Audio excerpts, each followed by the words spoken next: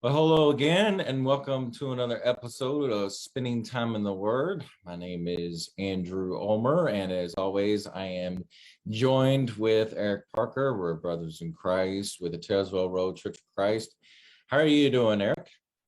Very good. I had my sister in town this week. One of my sisters in town this week, and I'm very rejuvenated from that. But it has been very busy, trying to show her the sights. And we started a kind of a co-op for homeschooling this week too. So it's been quite a full week. But looking forward to this last lesson that we've been talking about with addiction. So Yeah, there's been a lot to discuss, and we could spend a lot more time, but hopefully we have presented to you things to think about and just to be aware of these issues. They are very real and they're life-threatening, and it doesn't happen just to people outside of the church, but this does affect people inside, and we need to make sure that we are aware and doing what we can for those individuals. And as always, just as a reminder, we are not professional counselors. We are not mental health experts, and we do encourage, if that is something that is needed, please seek the additional help that is necessary in those instances. And we do encourage, of course, you follow along as we read the various Bible passages, and reach out to us if you want to talk about these things further. Having said that, go ahead and read our principal verse that we've had for this discussion. So our principal verse has been 1 Corinthians 10:13. It says, "No temptation has overtaken you, but such as is common to man. And God is faithful, who will not allow you to be tempted beyond what you are able, but with the temptation will provide the way of escape also, so that you will be able to endure it." So I think particularly with relevance to this very challenging series on addictions, that last phrase has a lot of potency to it, a lot of power to it. You will be able to endure it. You will be able to overcome.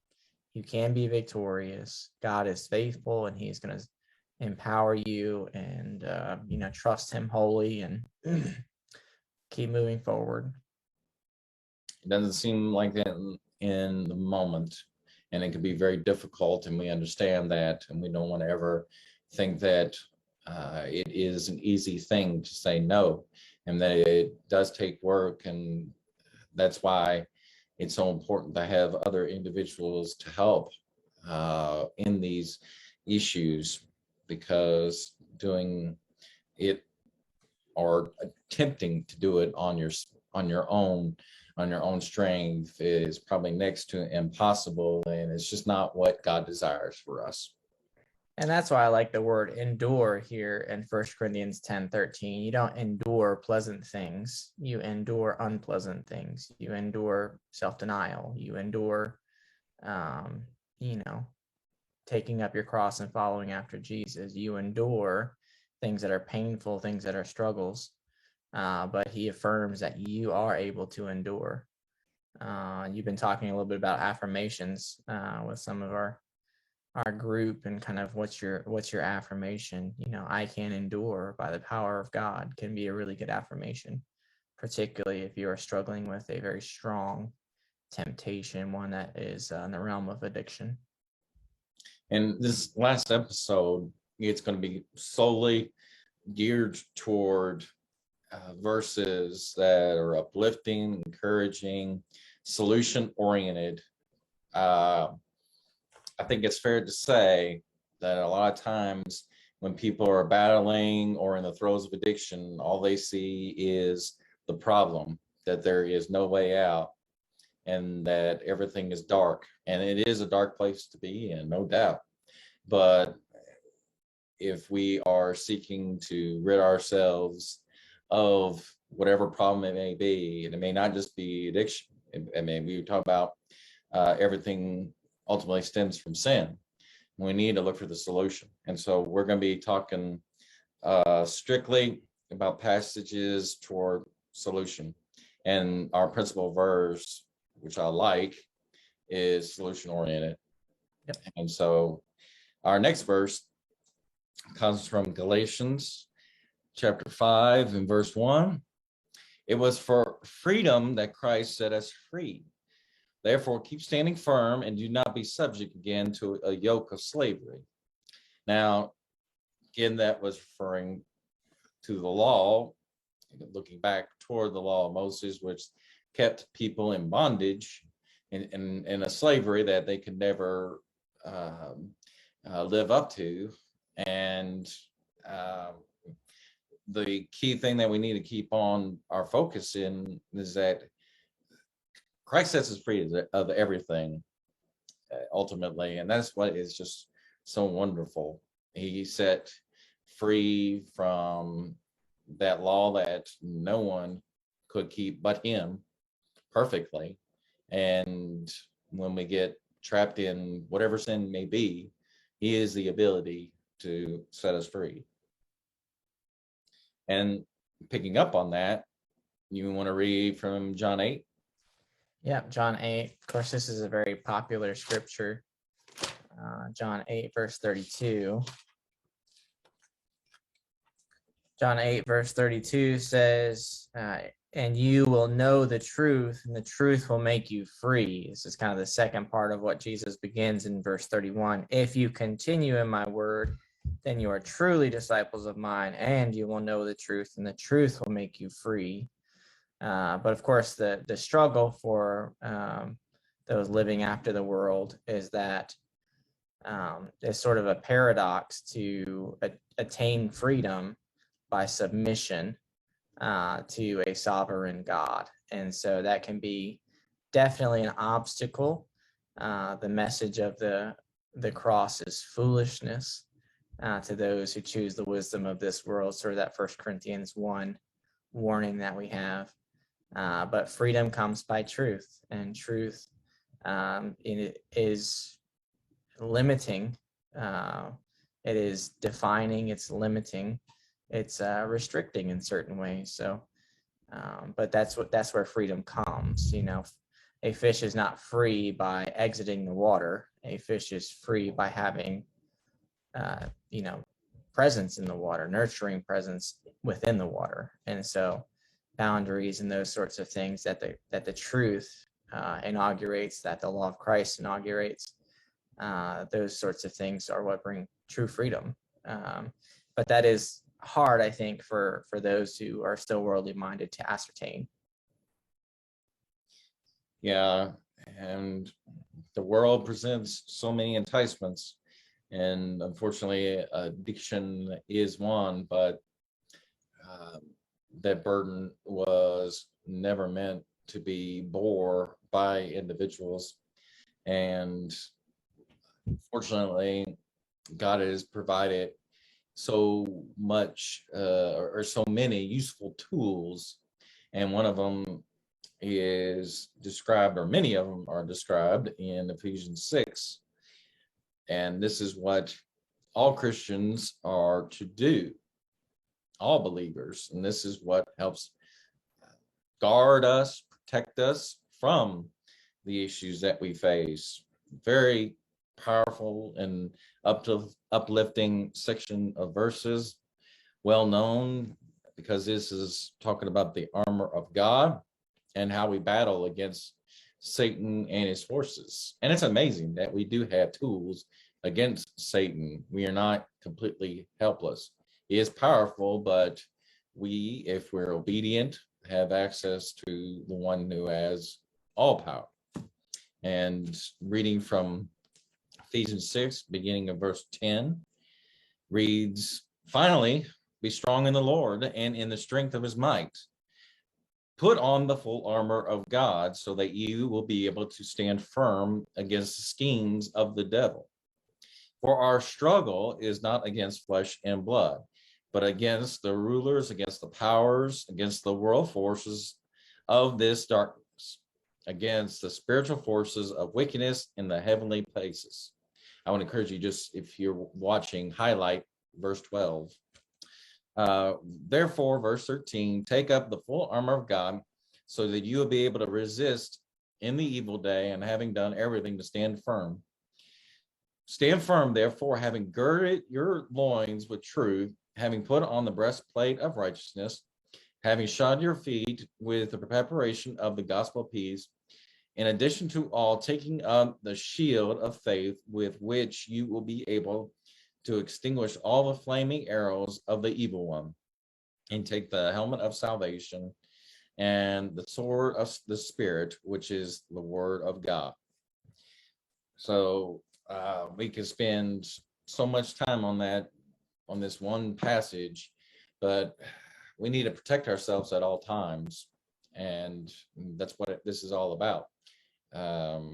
The evil one, Satan and his forces, are going to be constantly attacking those, especially of the Lord's kingdom, seeking to trip everyone up, take as many people as he can down with him.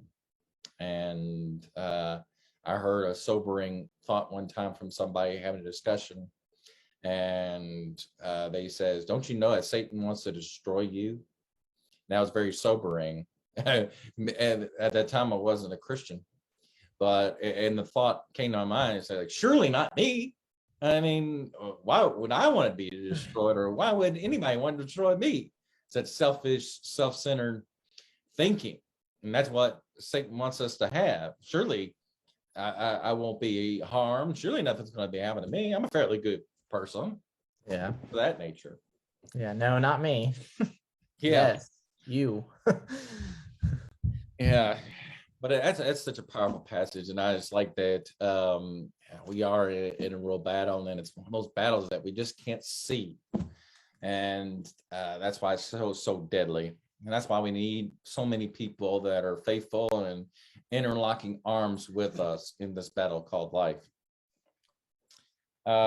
Anything further before we read further? Well, I've been working on Revelation 17 for this Sunday. It's going to be our Sunday class at 9:30. And part of what comes up in Revelation 17 is that Rome is depicted as like an agent of Satan persecuting God's people. And Rome is depicted as a harlot. And the harlot is just dressed in purple and red and gold and pearls, and just presents herself in this intoxicating way. And the kings of the earth and the people of the earth are all intoxicated on Rome, is the depiction. And it just made me think about what you mentioned earlier when you said that temptation sort of is alluring. I mean, that's how it presents itself. If it wasn't alluring, we wouldn't be tempted by it. So it presents itself one way, but as is so often depicted in the scriptures, it's like lipstick on a pig. It presents itself one way, but it leads to destruction. That's how the adulterous woman is described in Proverbs. Says that her lips drip like honey. She's got painted eyes. Jezebel painted her eyes when Jehu was coming to clear the house, and she paints her eyes, and she tries to make herself attractive. That's what temptation does. Temptation makes itself very attractive, and that's part of what we've been talking about in this series in particular, is that with addiction, no matter how bad things get in your life, that temptation presents itself as being like this solution. Do you want to escape these bad things that are going on in your life? Here's this perfect solution. Do you want to get a thrill and break free from the monotony of life? Here's this great solution that's totally different. And then you end up in this sort of downward spiral, being allured by the harlot rather than being satisfied by the bride of Christ, really. I just don't want to spend too much time, but you made me think of that whole situation with Jehu and Jezebel. Is like she's completely delusional and insane, and then thinking that everything's going to go all right and nothing's going to happen. And that can be very much characteristic of addiction.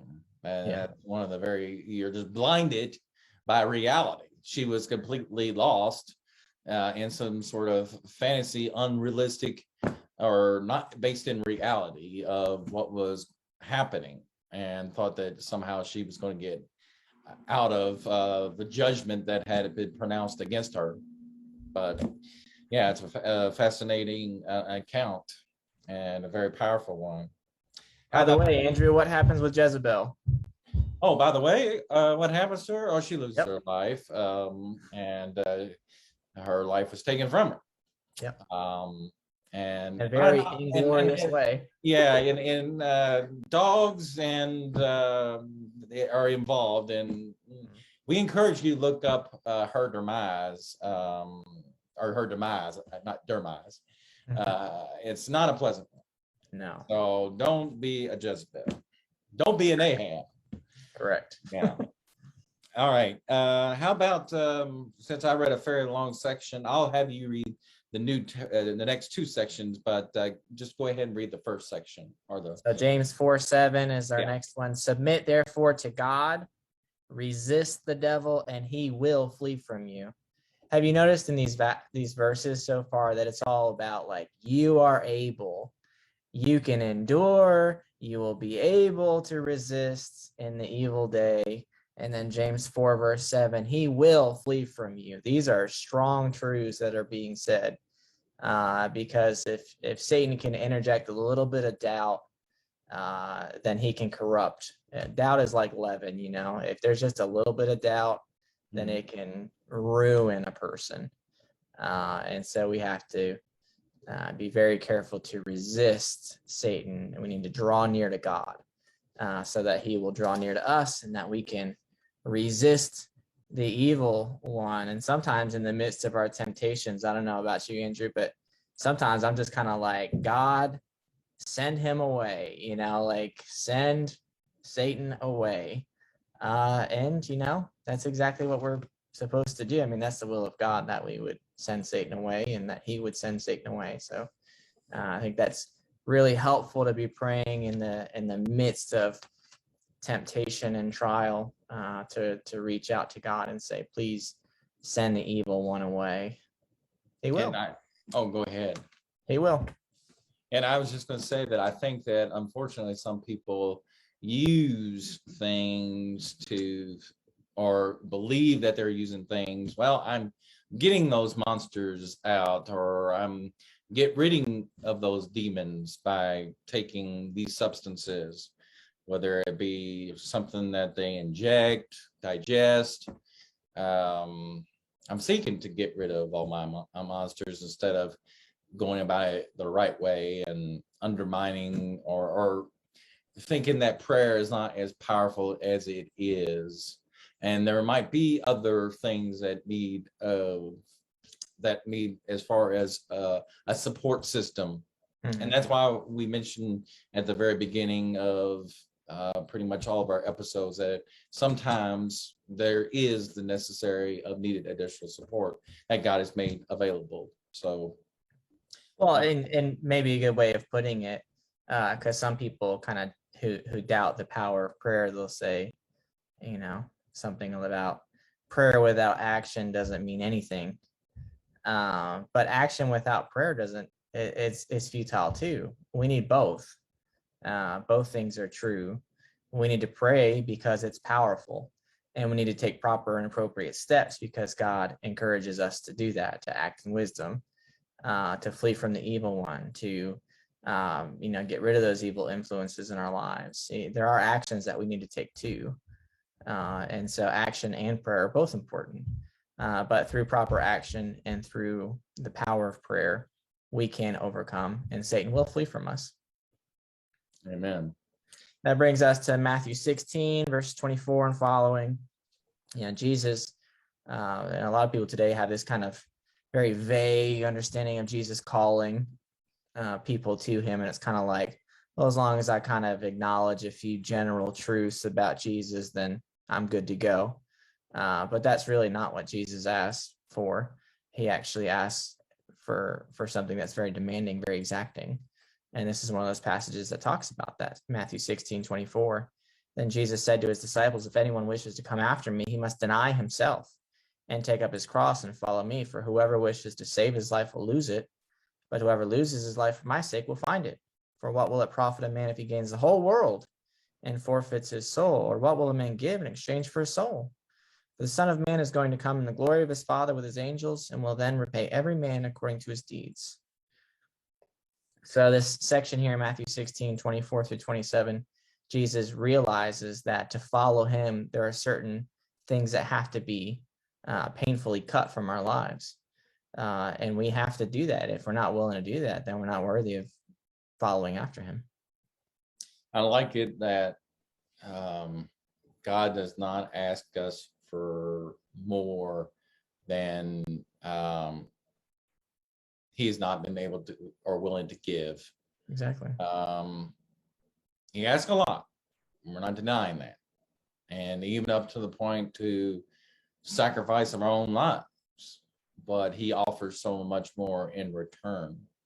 And on this side of eternity is such more worth it putting our hope in what is to come. That is what is most important.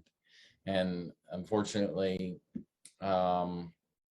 as we've already mentioned, there is so much that is seeking our attention. It's all around us, and we could be quickly blinded by it. And if we're not having the right focus, if we're not looking at what we should be looking at, we could be easily lost and gone down the wrong path, falling down into that pit with so many others. And so hopefully we are looking to God's word for our direction in this life each and every day. The next part comes from Romans chapter 6, beginning in verse 12. The Apostle Paul writes, "Therefore, do not let sin reign in your mortal body, so that you obey its lust. Do not go on presenting the members of your body to sin as instruments of unrighteousness, but present yourselves to God as those alive from the dead, and your members as instruments of righteousness to God. For sin shall not be master over you, and you are not under law, but under grace." Just was thinking that if you consider how bad Rome was just a horrible, horrible place. And there was other horrible places that Paul visited, witnessed, just saw the depravity, how awful things were, how sinful people were. You think about what's going on today. There's a ton of bad stuff. You could probably just go down the street on most corners or in the middle of the street. You have all these type of idols. People doesn't consider a lot of things that are out there as idols, but what about this? I mean, that's just one. I mean, I think there's saying, oh, it's just a phone. I mean, what we're using right now to do our program on, oh, it's just a computer. I do work with it. But you just think about what they had to deal with back then, and what we have to do what we deal with now. There's so many similarities. It was just a different time. They had to deal with a lot of idolatry and a lot of sexual immorality. And it was very much in the open. And just like what we see, a lot of things are very much done in the open. So I really like that passage from Ecclesiastes 1:9. Solomon said, like, I'm paraphrasing, what was will be. I mean, nothing is new under the sun. And so we should never think that the Bible is not applicable to me, because they experienced everything that we're going through now, as far as being tempted with sin and having all kinds of issues and struggles. So we're just living in a different age. Anything further before we move on to the next passage? Well, I mean, Romans 6 is all about, that sacrifice. You're either going to be mastered by your sin or you're going to submit to the master God. And so it's much better to submit to God. Yeah. His yoke is much, much, much easier, lighter, and it comes with reward as opposed to continued punishment, and continued suffering. And certainly something that all addicts should want is deliverance from suffering. And God promises, and He is faithful, and He will give true deliverance, not an illusion, not a lie, not a deception. He gives true freedom. Go ahead and when you get there, First Peter. First Peter chapter 2 and verse 11. Beloved, I urge you as aliens and strangers to abstain from fleshly lusts which wage war against the soul. So very clearly here, the idea of being an alien, being a stranger, is the idea that we're not supposed to live in a fleshly sort of way, indulging ourselves as so many people in the world. We have to live differently, following after Christ. And what that means is we have to abstain from those fleshly lusts. And we all know what it's like to have those lusts, that battle going on inside of our head. Sort of a cheap cartoon version of that is kind of the angel on one shoulder and, the demon on the other, Satan on the other. And you're kind of warring in yourself. Should I do this? Should I do this? And of course, a lot of cartoons and stuff sort of indulge or allow the demon to be more persuasive or whatever. But the truth is much more difficult than that, that there is a war that's going on. And sometimes our flesh is not so much willing, but our spirit is willing. And that's similar to what happens in Matthew 26 with the disciples in the Garden of Gethsemane. They should have been abstaining from those fleshly lusts which wage war against the soul, but they weren't. They were indulging it. And that's what led them to flee from Jesus when he was captured, and flee from those who are arresting him. But we have to do everything we can to fight that battle. That comes back to Ephesians 6 with the full armor of God, so that we will be able to resist in the evil day. That's the point. We have to be abstaining from those sorts of things. But you and I have talked about this before. Part of leaving a life of addiction behind is not so much just abstinence in the sense of just stopping a behavior, but nurturing a positive behavior in place of it, a fulfilling behavior in place of it. Because abstinence, and I think we've talked about maybe some of the lingo that's used in that sort of discussion, but abstinence just in the sense of abstaining from something. If you're not filling that void, then inevitably you're going to be, called upon by that harlot over and over again, called upon by that addiction. And all it takes is one misstep and boom, you're right back in it.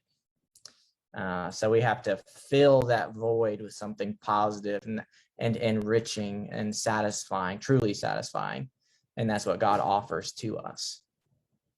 Made me think of that passage of where when the demon has fled, and then there's a period of like peace, but then the individual does nothing, and the demon goes and gets 7 of his buddies and then comes back and takes over, and things are just so much more worse off. You have to fill that void. Absolutely. Yeah. All right. I'll go ahead and read the 2 passages from Proverbs.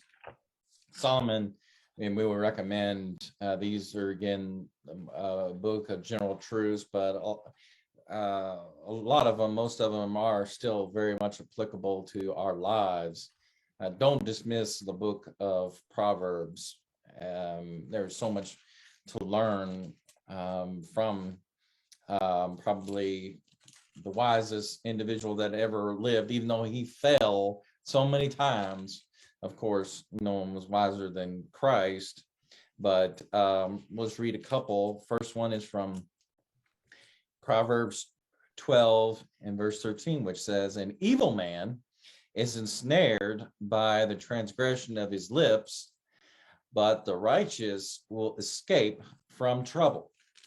Again, just a contrast of the evil versus the righteous. The righteous chooses the way out, where the evil falls into that trap and they just continue to fall. And in Proverbs, after I read this Proverbs 16:32, if you have comments, feel free to share them. He who is slow to anger is better than the mighty, and he who rules his spirit than he who captures a city. Again, just very, very much a powerful statement by Solomon, just how the one who can control himself, self-control and anger, the one who can control his emotions, the power behind that just speaks volumes of what Solomon is saying there.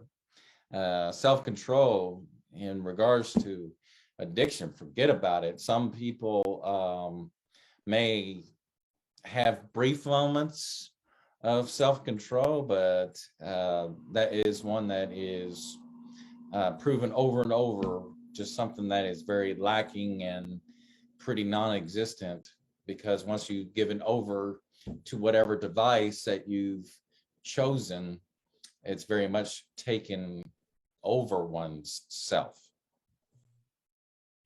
Yeah, self-control is never easy. It's always about denying something that you want. At least a part of you wants. Chances are your flesh and your spirit are divided on that, but self-control is about denying something that you want. But there are certain things in life that do make it less difficult. As you age, for instance, sexual temptation can go down, not always, but it can go down because your libido can go down.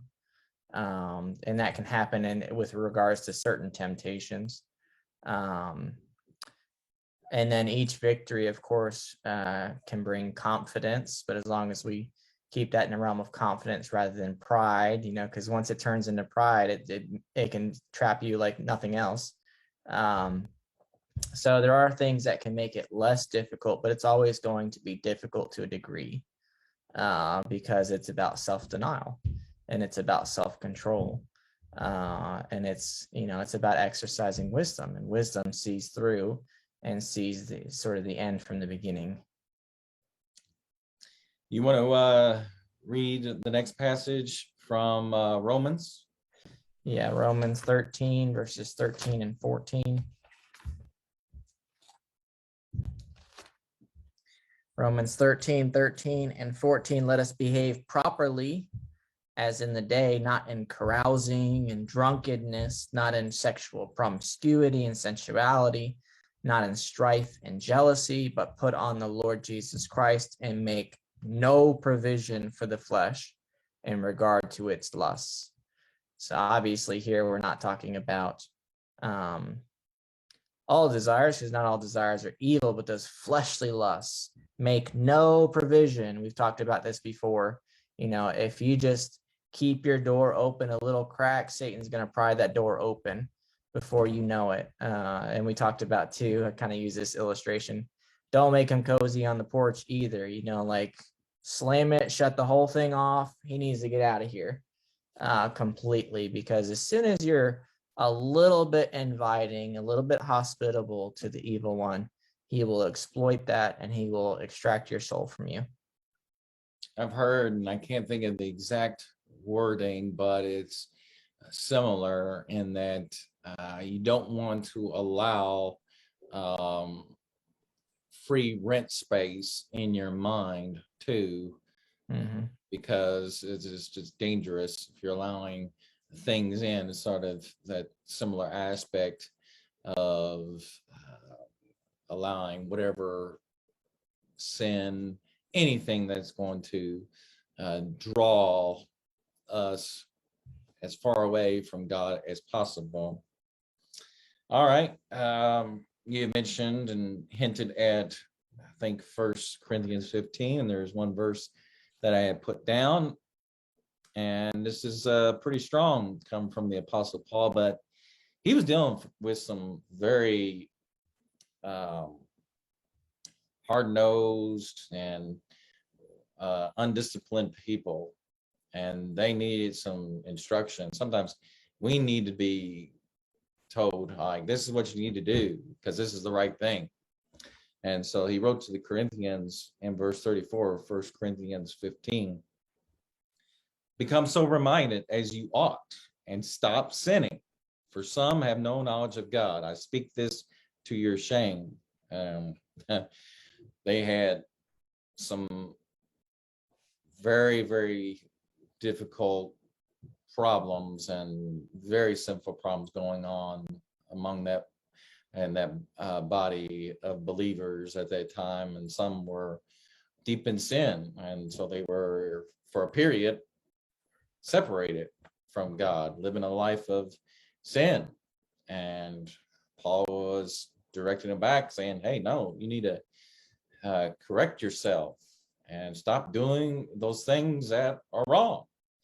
And sometimes we have to use firm words because I don't know about you, but I hope that I keep this in mind.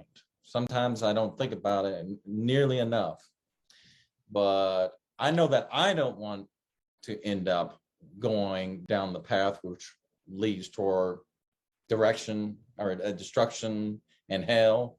And I don't want you either. And I would hope, and I would think it'd be sensible that if anyone is truly thinking, well, I don't want to end in a path that's completely darkness, where it's described as a gnashing, weeping, and where the worm never dies, pure darkness. And there's other descriptions, but that does not sound appealing to me. And it's unfortunate that in those moments of, well, I just want to do whatever I want and nothing matters, that's what Satan wants us to ultimately think, that nothing's going to happen. We can just do whatever we want and there's no consequences. Right here in this one passage, Paul is telling the people in Corinthians, and it's still applicable to us. He's begging them, stop sinning. And this is a practice of sinning. There are going to be times where we, as Christians, are going to sin. And that's unfortunate, but we do have the ability to come to God with a repentant heart, confessing where we've gone wrong, and will be washed. And that is so uplifting and so helpful and hopeful. So I know I went on there for a little bit longer than I thought, but any thoughts before the next passage? Well, it's hard sometimes with addiction to know Yes. when the time to sort of come with tough love is, because tough love can be perceived as something different than it is. But sometimes there is a time to say, you got to knock it off. You're destroying your life, and you're destroying other people's lives. A less subtle approach sometimes is what is called for. Whereas other times, maybe a more subtle approach, a gentler approach versus more of a heavy-handedness. But we have to try to use wisdom and discretion and how we approach that too. Part of that's going to be, determined by hopefully professional insight, looking for good counselors, people that have experience with that, getting some input in that regard. Some of that's going to have to deal with how long the addiction's been in place. And then some of that's going to have to deal with the personality of the person that you're dealing with. And so, we want to try and use good wisdom. And if we can get feedback from professionals, those who have had more experience than us, that can be helpful too. And I think it's easy to say that if you're battling any addiction, you're ultimately addicted to sin. Yeah. And that's rough. I mean, there's no more powerful addiction than that. You're addicted to sin. All right. If you want to read from First Thessalonians. First Thessalonians 5, 6 through 8. So then let us not sleep as others do, but let us be alert and sober. For those who sleep do their sleeping at night, and those who get drunk at night. But since we are of the day, let us be sober, having put on the breastplate of faith and love, and as a helmet the hope of salvation. That sounds very similar to Ephesians 6, doesn't it? Sort of that armor is a little bit of a distilled version of it. Distilled, oh. Yeah, a little play on words there. But obviously here the idea of sobriety is important. Healthy sobriety, where you're not just abstaining from something, but you're actually consciously working towards the appropriate satisfaction of that desire in a spiritual sense. Having that clear thinking, that's what we are supposed to, as over and over and over, Paul stresses to so many people, because when we're not focused in on things of God, we're focused on things of the world, and our mind, our thinking is clouded. Yeah. Our thinking, our mind, and our heart, they're directed towards things that we do not need to have them be. And that, again, in this next passage is very similar, where the Apostle Paul encourages Timothy and to all teachers that will be claiming God's truth. He says in 2 Timothy chapter 4 and verse 5, but you be sober in all things, endure hardship, do the work of an evangelist, fulfill your ministry. See, those that are proclaiming God's word, they have to be sober as well. I mean, this is very important. You can't expect to depend upon someone who's going to be in a teaching position that has authority in it, and expect them just to be all over the place. And what poor or how damaging that their influence will be if they are not sober. And this falls in line with those that are elders, those that are deacons. I mean, just think about how they would have an effect on raising and rearing their families. And so that is just key. And this is not just staying away from alcohol. This just has to deal with having that clear mind and having that ability to act in a manner that is truly pleasing to the Lord. All right.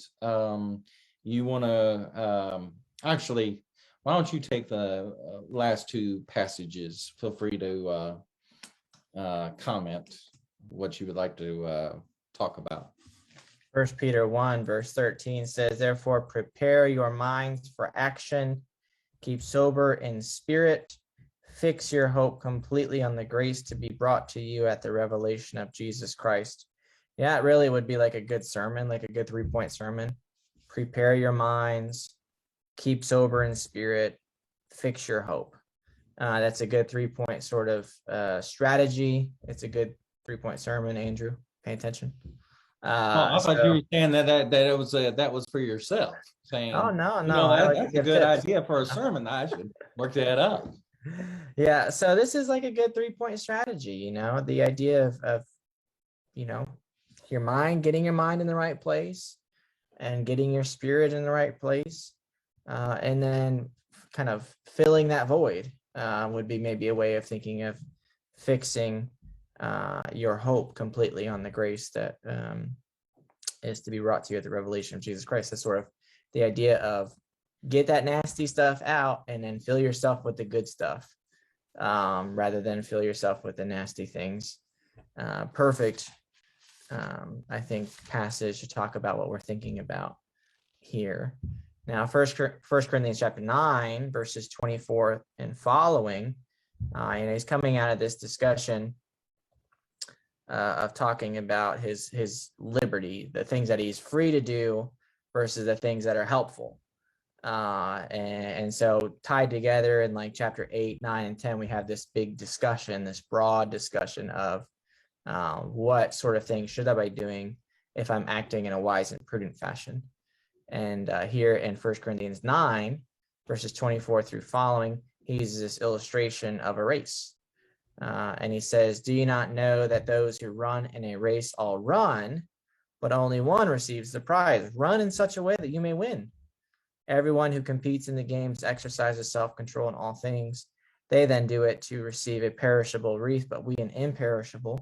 Therefore, I run in such a way as not without aim. I box in such a way as not beating the air, but I discipline my body and make it my slave, so that after I have preached to others, I myself will not be disqualified. There's a couple things here going on. He's talking about, first of all, focusing his own attention, and for us, focusing our attention, but also in the work that we do and sharing with others the insights of the gospel and the freedom of the gospel throughout that whole process, keeping sober, keeping focused, running to win, keeping our eyes on the prize, and helping others to take their eyes off of perishable wreaths and perishable crowns, perishable trophies, and focusing on the imperishable. So in other words, or applying it to our discussion here with addictions, looking past that quick hit that comes with a huge price tag and looking for something that is truly satisfying, that doesn't have a price tag, that has a reward that follows on the heels of it. And having that sober thinking mind, there is not that fog that occurs. There is not those moments of where you're just completely oblivious of potentially of who knows how much time that's lost. Now, sometimes, granted, we can stare off in space or daydream, but that's not what we're talking about. No. We're talking about we're being completely devoid of reality and making sure that we are focused on what we are to be focused in on. And as we've done throughout all these episodes, and we can't stress it enough, that we encourage that if additional support that is needed or felt like it's warranted, we encourage that. We encourage that individuals seek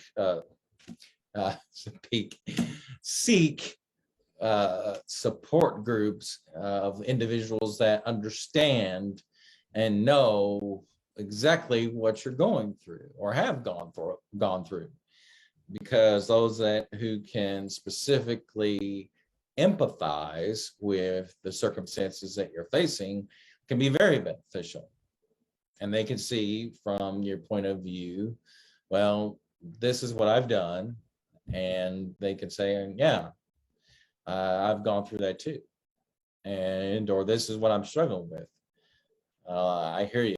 I've been there, or I'm still battling, or this is what I'm doing to make my life right. Yep.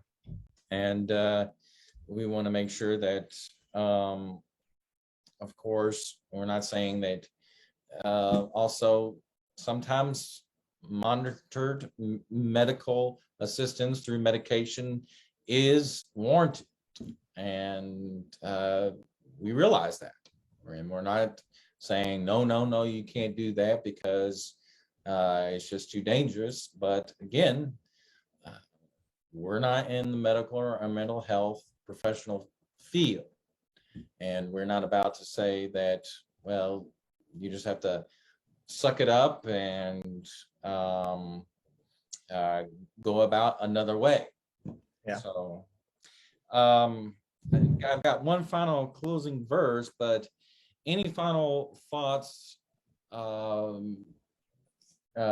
things that may have stuck with you, or something that you just want to provide as a closing thought before we end this video? Well, yeah, I mean, kind of wrapping things up. we've talked about how, in a very broad and general sense, we all struggle with sin and we all struggle with an addiction to sin in a very broad, general sense. So there is a degree to which, if we choose to, we can be empathetic towards somebody who is dealing with an addiction. It's not exactly the same as a substance addiction or a process addiction. Again, we talked about those two sort of accommodative categories. But a lot of people do come out of that and do follow Christ, and they are successful. And sometimes there's relapse, and sometimes it's ugly, and sometimes it's a journey. But there is hope, and surrounding yourself with good people and good influences gives you greater power. Seeking wisdom certainly gives you greater power. We talked a little bit about some of the people that we've kind of come across in our own lives. You know, I got a lot of people in my family that have struggled with addiction, and I've seen it firsthand. It's very ugly. It promises one thing and it delivers something totally different. And it doesn't just impact you. If you're addicted to something, it impacts other people too. But we want to try and fight as much as we can, take that control back, and submit ourselves to God. And if we do that, then He can give us great power and He can give us great wisdom. And we can endure and we can say no to the temptations. But it will be difficult. It will be sometimes like, gouging your own eye out or cutting off a limb. But Jesus says, if that's what it takes to get to heaven, that's what it takes. We have to take up our cross and follow after Him. And He doesn't say take up your orthopedic pillow and follow after Him. He says to take up your cross and follow after Him. So there are certain things that we do have to cut out of our life.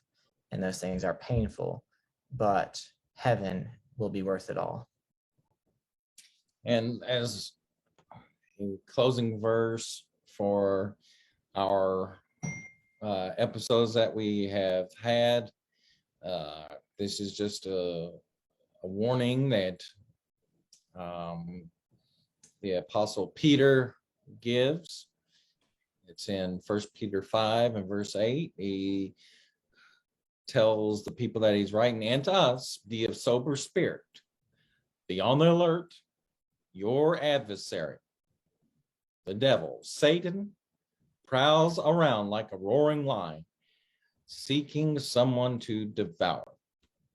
Now, Satan is depicted as a roaring lion, but we have a much more powerful lion that's also depicted, the Lion of Judah. And that is who we need to rely upon. And He will deliver us ultimately from all of our issues, maybe not in this life, but if we stay faithful to Him and endure whatever hardship that may come, we will be rewarded with that crown that will never perish. We finish the race, as Paul had written about, then we will be victorious. And the Lord Jesus will provide us the strength to endure. I mean, that is hard for us to comprehend when we feel that just all the walls are caving in around us and that there is no hope. And that's why we need to use every tool that the Lord has provided us with to be vigilant, diligent, stay clean and sober from sin. I greatly appreciate these episodes that we've done. I think that they've been quite beneficial. We encourage you to like, watch, share, because this is a real battle. This is a battle that's for the souls of everyone that's alive, because we're really talking about, when it boils down to, sin controlling our lives. Any final words? You know, just like we began this episode, this final episode, you can turn the temptation down. You can tell Satan to flee, and he will flee. You can resist in the evil day. And that's all thanks to God and his power that he offers freely to you and to me, and the wisdom that he offers freely to you and to me. So, you know, if you're an addict watching this episode, there is a way out. There is hope. If you are the family member of an addict, then there is a way out and there is hope. There needs to be compassion, sometimes tough love, but compassion throughout too, and love. And God will help your situation, whether it be to help you endure through the trials that come because of your loved one's addiction, or whether it be to help you to stay true and to stay continuously prayerful and thoughtful of your loved one who's struggling. So God will aid you in whatever situation you find yourself in as an addict, as a loved one of an addict, recovering addict, whatever situation you're in. God can give you power. He can give you grace. He will do those things freely because that's his nature. Well, this upcoming Sunday, we normally provide a preview of what we're doing, but it's going to be a little bit different. I don't know how much of a preview that we're able to give besides what you've already mentioned. Is there anything else that we can provide for this upcoming Sunday? No, it's the fifth Sunday, so we only have like 3 or 4 of those a year. But we will have, I think probably the evening service would be a song service. I think that tends to be what it is. But I'm not sure. Well, I know that one of our elders in the evening and the afternoon service is going to be, I think, giving a lesson that's going to be based on a Hebrew word or connection. And those are always interesting and fascinating to understand. What do they mean to the Hebrew people? And it's bringing more understanding of the Old Testament. And this is one of the things that helps us with not discarding the Old Testament or not putting, or we think that there's less importance with the Old Testament. Let's never have those type of thoughts. We need to make sure we're understanding the Old Testament, because if we don't understand the Old Testament, we truly do not understand the New Testament. Right. But we hope that that you found these videos beneficial. Feel free to reach out to us because we want to make sure that you understand that we care. We want you to be on that right path that leads to heaven. And Lord willing, we will be back next week with a new discussion with the program Spending Time in the Word. Until then, are we still planning on doing homelessness? That is the plan. Okay. All right. So next week, Lord willing, homelessness on Spending Time in the Word. Until then, may God bless you. Take care.